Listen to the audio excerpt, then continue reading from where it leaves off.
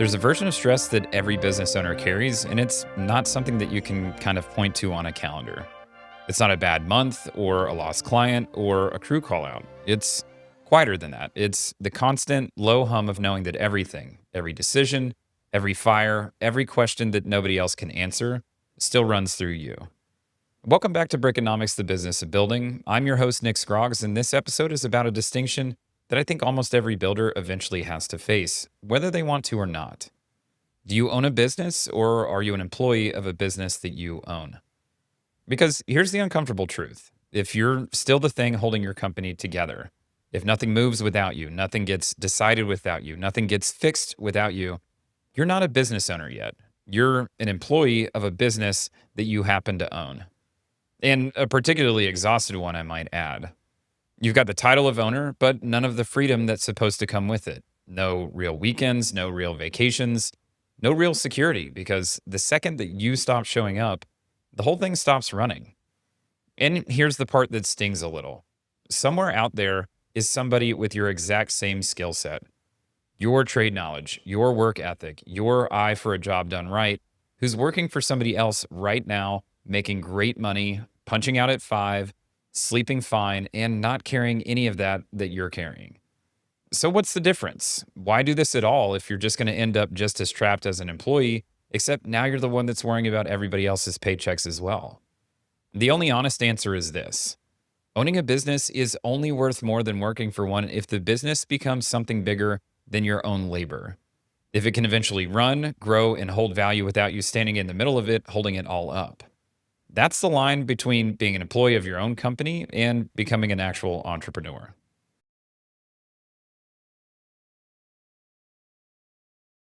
I think a lot of builders carry this realization quietly, like it's a personal failure, but this isn't a construction problem. It's probably not even a you problem. It happens to everybody who builds something that outgrows them. I remember a specific moment that helped me understand this better than any book that I've read. I was at the gym talking with a new friend, and he'd mentioned that he'd recently exited his own business. He was in healthcare. He ran a physician practice with partners, and as he started telling me about it, I realized that I wasn't just listening to a healthcare story. I was listening to my own story told in a different language. He talked about the moment that he had to stop thinking like a physician and start thinking like a business owner. How those were two completely different jobs wearing the same title. He talked about competing ideas with his partners over how the practice should actually operate, who the service was really for, and where the owner's best time was spent. And he talked about the shift that mattered most. After years of working in the business, he switched to working on it, building it instead of just staffing it. And that's what eventually made it something that he could sell. Now, I'm a builder and he was a physician. Neither of us has ever poured a foundation or diagnosed a patient in each other's world. And yet the conversations were seamless because the arc was identical. The same growing pains, the same reluctant handoffs, the same eventual reckoning with what actually makes a business valuable. It didn't matter what we were building. The process of building it followed the same shape. This is documented territory too, not just something that the two of us stumbled on separately. Business researchers have studied this exact pattern for decades, but honestly, that gym conversation taught me more about how universal this is than any research ever could. There is a common arc that every growing business walks, no matter the industry. It's not a rigid formula, it's not a checklist, just a shape that you start to recognize once you've lived it. I lived mine one seat at a time, year over year, and now I got to watch it play out almost beat for beat in a completely different industry.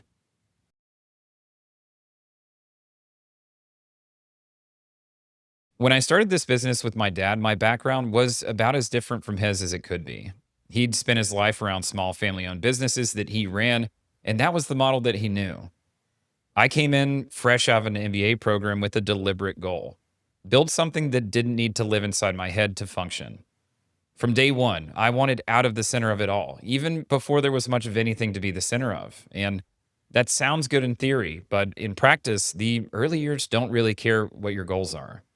In the early days, I was doing the books, making phone calls, going on sales calls, writing estimates, and closing deals because there was nobody else to do it. My dad was mostly on the production side, project managing and supervising jobs in the field. Between the two of us, we were the whole company. We were sales, we were admin, and we were production. If it needed to happen, one of us was going to be doing it personally.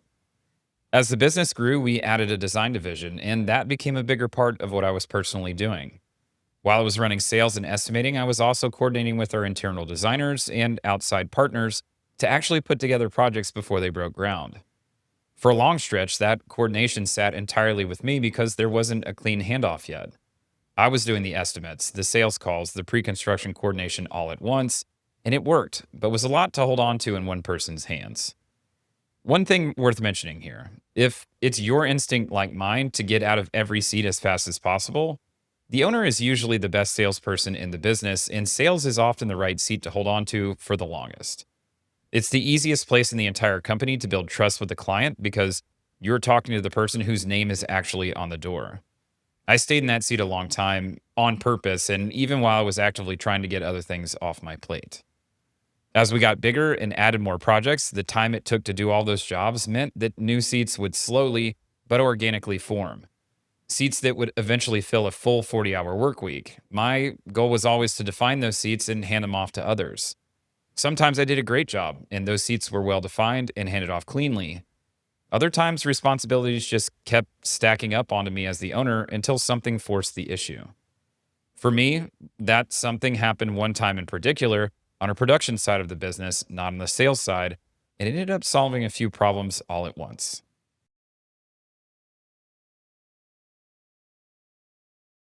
Once you've grown to the point of needing another salesperson or being out of the sales side entirely yourself, the next stage in development doesn't feel much like progress. It actually kind of feels like things are falling apart, even though the business is actually growing. One of our earliest job site supervisors was a family friend, somebody who'd owned his own small business before coming on with us, and he'd been running job sites for us for years while we grew significantly. And he was good at it because he had an owner's instinct for just making things happen. In those early years, that's exactly what our business model needed. Supervisors had real autonomy because neither my dad nor I had the bandwidth to manage how the work got done, only whether the client was happy at the end of it. And because we'd hired good enough people, that was good enough. Clients were happy, and that was the whole scoreboard. Then my dad stepped back from supervising jobs himself and moved into managing the team of supervisors directly. That gave him real oversight for the first time, and with that oversight came the urge to systemize what had, until then, essentially been the Wild West. We started building processes out of what had already been several different people's individual ways of getting things done, and picking which approach was actually the best. To somebody who had built his whole career on autonomy, that didn't feel like progress. It felt like being second guessed for things that had always worked, and truthfully, a lot of what it was management by hindsight. We were reverse engineering a process out of instincts that had previously never needed to be written down, and he got worn down by it. We came close to losing him entirely. At the last moment, saw the opportunity that was actually sitting right in front of me. He didn't need to be forced into a supervisor role that no longer fit who he was. He needed a different seat. I moved him into the sales and pre construction management, running the design team, the exact role that I'd personally been holding since we built that division. It fit him immediately for the same reason that he'd been a strong supervisor in the first place. He had real ownership instinct, and clients could feel it. We backfilled his old supervisor role with somebody new, and for the first time, design coordination and sales strategy had a real home outside of me. That taught me something that I carried into every seat after it. A fit problem isn't always a training problem. Sometimes the person is right and the seat is wrong. And the fix isn't pushing harder on the mold, it's finding where they actually belong. The production side still had a structural problem underneath the individual one. Our field supervisors were running roughly 75% field time, 25% office, buyouts, cost tracking, coordination with sales and design. As the business got more complex, that 25% started to matter far more than it used to. Some of you have heard me talk before about an HVAC estimate that came back double what we had budgeted on a fixed priced home, and that's the kind of moment that forces issues like this. It becomes undeniable that you need real internal controls, purchase orders, consistent change orders, financial tracking that holds up when a job is still running and not just after it's finished. So the role needed to shift towards 50-50, office to field, and we separated it into two distinct positions: project managers and project supervisors. I sat in the project manager seat myself for about a year, building it out until it was a real, repeatable 40-hour a week job before we hired other project managers to take over. That year taught me something specific about shared resources. Things like internal crews, designers, subcontractors, vendors. Without somebody managing the whole department, those resources didn't get distributed fairly. They would get taken by whoever pushed hardest for them, regardless of whose job actually needed them more. And that's when I understand that we needed tighter calendar systems, stronger PO and change order processes, and one person with final say on where those resources went, because that person was responsible for the health of the whole department, not just whichever job was loudest that week.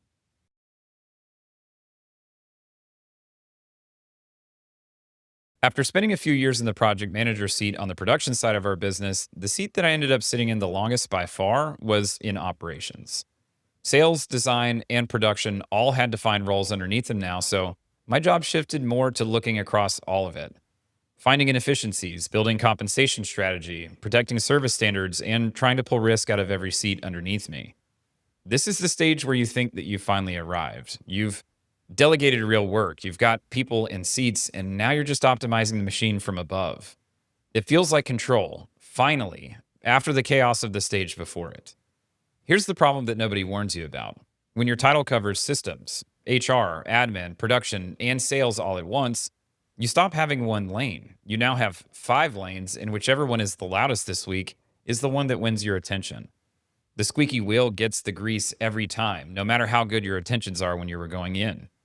One year, I decided that it was finally going to be the year that I fixed our financial reporting.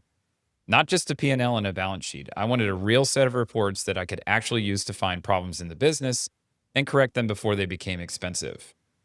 Part of the project was building a sales report that would let me project revenue on a rolling monthly basis, something that we didn't really have at the time. To build it, I pulled our historical sales data to model the format, and that's when I saw it. We hadn't sold a new job in over 2 months. Here's what made that number so dangerous. It was invisible practically everywhere else. In construction, your production team is executing on jobs that were sold months earlier. So a 2 month gap in new sales doesn't show up as a 2 month gap in revenue. It shows up as a cliff months later when the production team runs out of jobs to build and there's nothing behind them in the pipeline. I hadn't noticed the slowdown because the trucks were still busy, the crews were still working, the revenue was still coming in from work that had been sold back when things were healthy. The report I'd built to fix one problem had just uncovered a completely different one hiding in plain sight. I had a salesperson on staff, but their job was selling, not building sales strategy or diagnosing why the pipeline had gone quiet. So everything I'd been working on got dropped immediately. And I spent the rest of that year rebuilding sales documents and fixing the estimating process instead. The financial reporting project that I committed to at the start of the year ironically never happened because it was killed by the very report that it was built to be a part of. This is when it hit me. This wasn't a failure of discipline, it was structural. I couldn't give any single function my full attention as long as I was the shared safety net underneath all of the functions at once. No amount of personal willpower fixes that. The role itself was the problem. Now, this is the exact moment that a lot of construction companies land in. Too big to keep running informally, and not yet big enough to comfortably afford a real leadership team to take these functions off your plate individually. It's an uncomfortable place to sit because there's no clean answer waiting for you there. Just a decision you eventually have to make.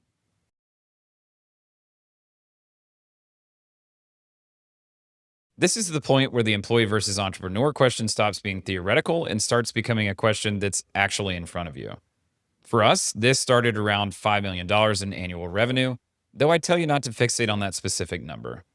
Revenue is a rough signal, but what matters more is how many seats you're managing. And I mean, not just employees on payroll, but every relationship that requires your active oversight, subcontractors and vendors included.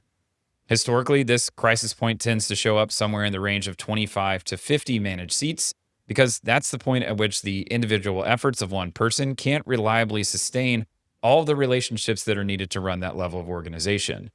And once you're there, here's the math. Your business becomes more valuable directly proportional to the degree that it stops needing you. And that can happen at any number: 1 million, 5 million, 25 million, or even more. The revenue number and scale that you want to take your business to is wholly up to you, But what is not up to you is this: if you want that business to become valuable, you can't be a pivotal part of its current level of success. If it can't create profit, grow organically and sustainably, and provide value to somebody else without your direct involvement, you're still an employee of a business that you own. This whole time, I thought I was doing everything that I needed to be a business owner: creating new seats, delegating responsibility, allowing others to have autonomy over the tasks that they manage. But I had to ask myself, was I growing my business to be something that would operate without me, or was I just creating new roles for myself that still bottleneck growth through me? The answer realistically was no. I was still the business's system of record, even though my title changed every few years, because my attention was more focused on scaling and creating new seats rather than creating the core processes required for it to run at its current level. All the standard systems that we've discussed in this podcast — sales, human resources, finance, administration, marketing, standard operating systems, and client retention systems — were all weaker than they should have been, and therefore, the business still required me to hold all of those pieces together. At some point, you have to make the tough choice to benchmark your service, create systems that allow it to run at that level, and let those systems run without you before they create real value. You need to answer: who is your target customer? What is your niche? What value do we create that's unique to us? And ultimately, how do I attract new customers through the answers to those questions? If the target is always moving because you, the business owner, are the business system of record, you'll never have time to answer those questions, and your business will slowly require more and more of your time and effort, regardless of the title that you give yourself and what responsibilities you delegate to others. Many $10 million businesses are run by a very dedicated owner that ultimately can't be sold because there's nothing to sell except for the assets and a company name. It can't be handed to the next generation because there's nothing to hand over that survives their absence. Every bit of its worth is trapped inside that person personally showing up every single day. Conversely, there are plenty of $1 million businesses with great processes, great people, and reliable revenue from dedicated systems that investors would pay many multiples above their annual net profits for, simply because they don't require years of work to stabilize. That's the real test to run on yourself. If you stop showing up tomorrow, does your business survive or does it stop? If the honest answer is that it stops, no title, no revenue number, and no truck count changes what that actually means.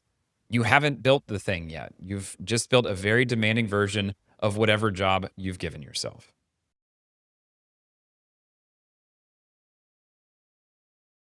So, where does that leave you listening to this right now? Forget trying to place yourself on some framework. Ask yourself something more direct. The same question that I asked myself: if you stop showing up tomorrow, not for a day, but for good, does the business survive or does it stop? If the honest answer is that it stops, here's where to look first. Count every seat you personally cover right now, not just the ones that have your title on them. The decisions that quietly funnel through you, the relationships only you can manage, the questions your team still brings to your desk instead of solving themselves. In construction specifically, count your subcontractor relationships alongside your actual employees. If you're managing 40 active subs and 8 people on payroll, you're not an 8-person operation. You're managing something closer to 50 seats, and that's a real organization that needs real systems that need to survive without you. Now, you need to make a decision, and this will be one of the hardest decisions that you can make. What are you really trying to get out of growing this business past its current level? Is it a better work life balance? Is it financial freedom? Is it legacy? Is it prestige? Or is it something else entirely? There's no wrong answer to that question, and there's no version of it that requires you to build the biggest possible company. What matters is that whatever you're chasing — freedom, legacy, impact, prestige, or just a normal life with a business attached to it — it has to be something the business can deliver without you personally supplying it every single day.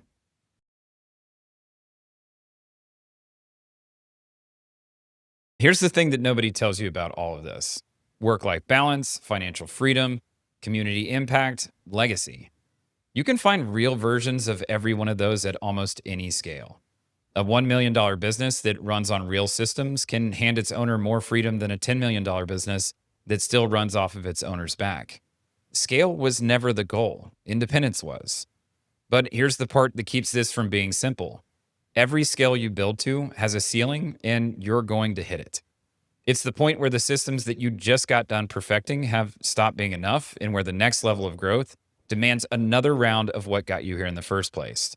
Reinvestment, chaos, long nights, the exact kind of grind that you were trying to build your way out of. And when you hit that ceiling, you have to make a real decision, honestly, and every single time. Has this level already given me what I actually set out for, or do I want to pay the price for the next one? There's no shame in either answer. The shame is only in not asking the question, in growing past a ceiling by accident, dragged along by momentum or ego, without ever checking whether it's actually something that you wanted to get into to begin with. So here's the real question underneath this whole episode.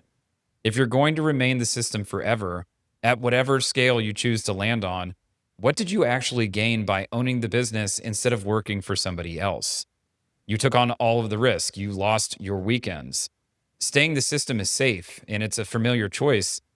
It's also the one that guarantees that you'll never actually get to enjoy what you've built. Becoming an entrepreneur isn't a title that you get handed on day one. It's a seat that you earn. The one you can finally sit in once the business can run at whatever scale you choose without you standing in the middle of it holding everything up. This episode is really the setup for everything else in this series. We've named the problem. From here on forward, we're going to get practical about actually solving it. The roles a growing builder needs first, how to document work so it doesn't live only in your head, how to delegate without losing control, and how to build something that outlives you.